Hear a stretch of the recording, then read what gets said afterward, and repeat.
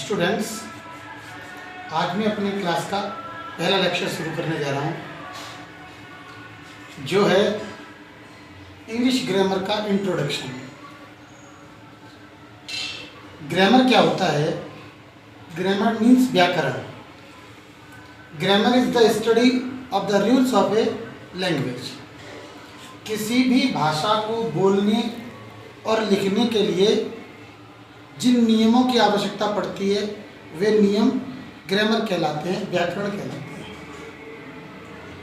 जिसके लिए किसी भी भाषा को हम बोलें या लिखें तो सबसे पहले हमको आवश्यकता होती है उस भाषा के लेटर्स की, जिसको कहते हैं अल्फ़ाबेट।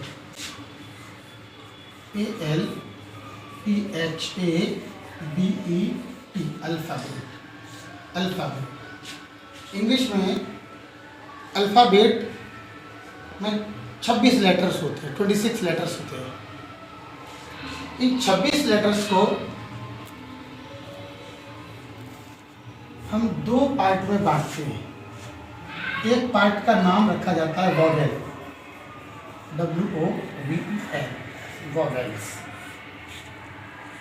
जिनमें ये 5 लेटर शामिल होते हैं। A, E, I, O, U।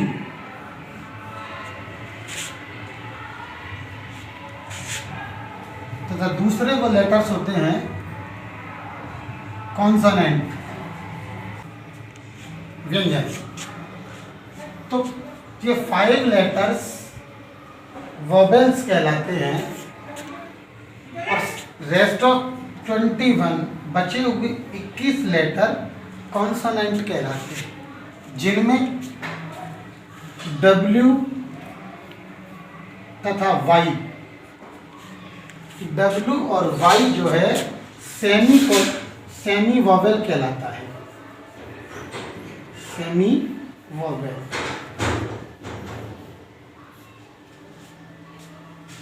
English language में अल्फ़ाबेट जो होती है उसमें 26 लेटर्स होते हैं और ये 26 लेटर्स दो पार्ट में बांटे जाते हैं। एक पार्ट का नाम होता है वोवेल्स, जिनमें 5 लेटर्स शामिल होते हैं, A, E, I, O, U। शेष बचे 21 लेटर कॉन्सोनेंट कहलाते हैं, यानी व्यंजन कहलाते हैं, जिनमें W और Y को हम सेमी वोवेल कहते हैं। अब बात आई इस वर्णमाला को, इस अल्फ़ाबेट को लिखने का तरीका। तो ये अल्फ़ाबेट जो है, एक इसका पार्ट बनता है capital letter, capital letters,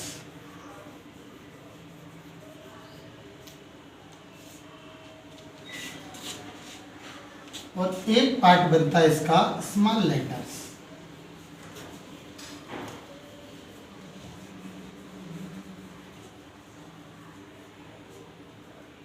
capital letters और स्मॉल लेटर्स। कैपिटल लेटर और स्मॉल लेटर में भी लिखने वाले और प्रिंट होने वाले अलग अलग प्रकार के लेटर होते हैं। जैसे लिखने वाली A, छपने वाली A, स्मॉल लेटर में लिखने वाली A और छपने वाली A। इस तरह 4 प्रकार के अल्फ़ाबेट हो जाती है।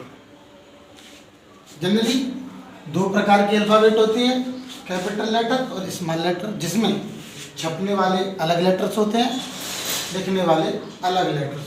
अब बात आती है वोवेल्स, WOVELS, वोवेल्स यानी स्वर। स्वर वे लेटर्स होते हैं जिनको बोलने के लिए किसी अदर वर्ड की आवश्यकता नहीं पड़ती। ये मुंह खोल के बोले जाते शब्द हैं, तो इन शब्दों को मुंह खोल के हम बोलते हैं। उन शब्दों को, उन लेटर्स को हम वोवेल्स कहते हैं। दूसरा होता है कॉन्सोनेंट्स, CONSONENTS, कॉन्सोनेंट्स यानी व्यंजन। व्यंजन कॉन्सोनेंट्स वो लेटर्स होते हैं जिनको बोलने के लिए हमें वोवेल्स की आवश्यकता पड़ती है। तो वोवेल्स जो है अपने आप में समर्थ होते हैं, कॉन्सोनेंट्स जो है बोलने के लिए इन वोवेल्स की आवश्यकता पड़ती है। अब बात आती है सिलेबल्स की। SYLLABLES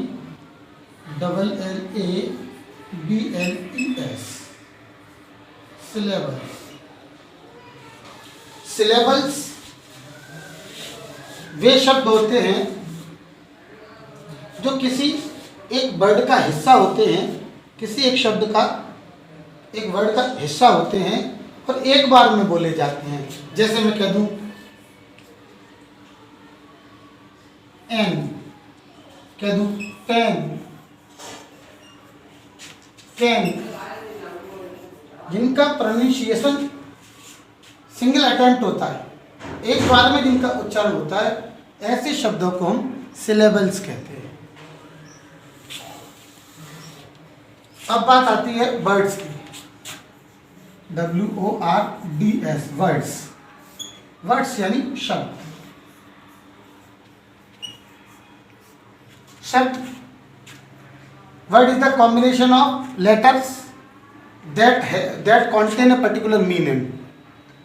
शब्दों का ऐसा समूह जिनका कोई अर्थ होता है वो कहलाते हैं वर्ड।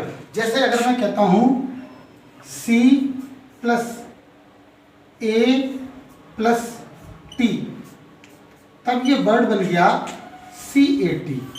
अगर मैं कहता ATC, तो क्योंकि इसका कोई मीनिंग नहीं होता इसलिए ये वर्ड नहीं होता। तो लेटर्स का वो कॉम्बिनेशन, लेटर्स का वो जोड़ जिसका कोई मीनिंग होता है उसे अपन वर्ड्स कहते हैं। अब मैं बात करता हूं फ्रेज की। THRASE phrase. फ्रेज मीन्स वाक्यांश।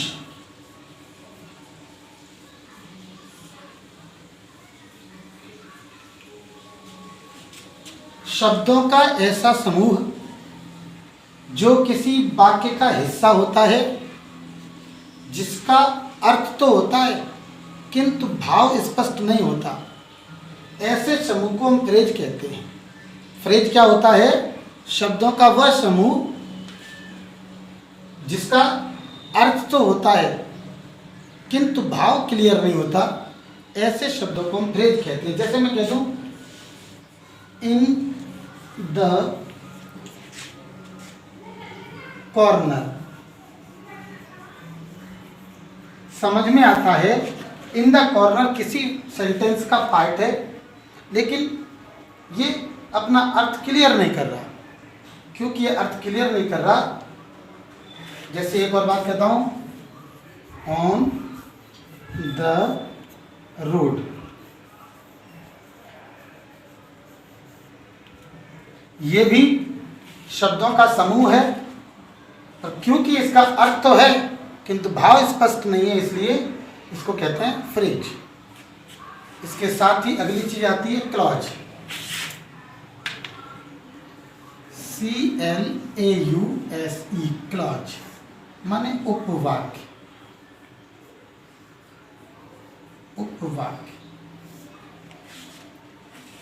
क्लॉज किसी बड़े सेंटेंस का एक हिस्सा होता है जिसमें सब्जेक्ट और प्रेडिकेट दोनों पाई जाती है, फाइनाइट वर्ब पाई जाती है। फ्रेज भी किसी सेंटेंस का हिस्सा तो होता है किंतु इसका सेंस क्लियर नहीं होता, और दूसरी बात इसमें फाइनाइट वर्ब नहीं होती। जबकि क्लॉज जो एक सेंटेंस का हिस्सा होता है फाइनाइट वर्ब भी रखता है। जैसे मैं कह दूं राम said that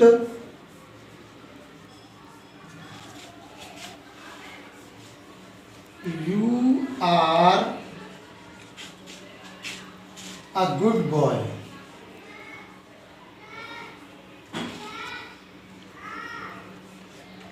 इस सेंटेंस में इतना पार्ट में हटा दूं तो that you are a good boy, यह पार्ट सेंटेंस का वो पार्ट जो एक सेंटेंस का पार्ट था, इससे क्लियर हो गया कि सेंटेंस का पार्ट था। और दूसरी बात ये क्लियर हो जाती है कि ये क्लॉज है क्योंकि इसमें सब्जेक्ट और प्रेडिकेट दोनों चीजें पाई जाती है।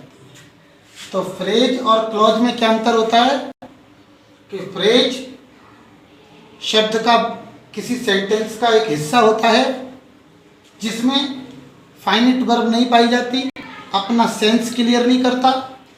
क्लॉज भी किसी बड़े सेंटेंस का एक पार्ट होता है किंतु सब्जेक्ट और प्रेडिकेट वो दोनों चीजें रखता है, इसमें फाइनिट वर्ब पाई जाती है। इसके बाद अब बात आती है, चलते हैं ना, अब बात आती है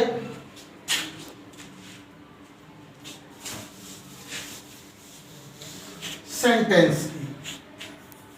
SENTENCE,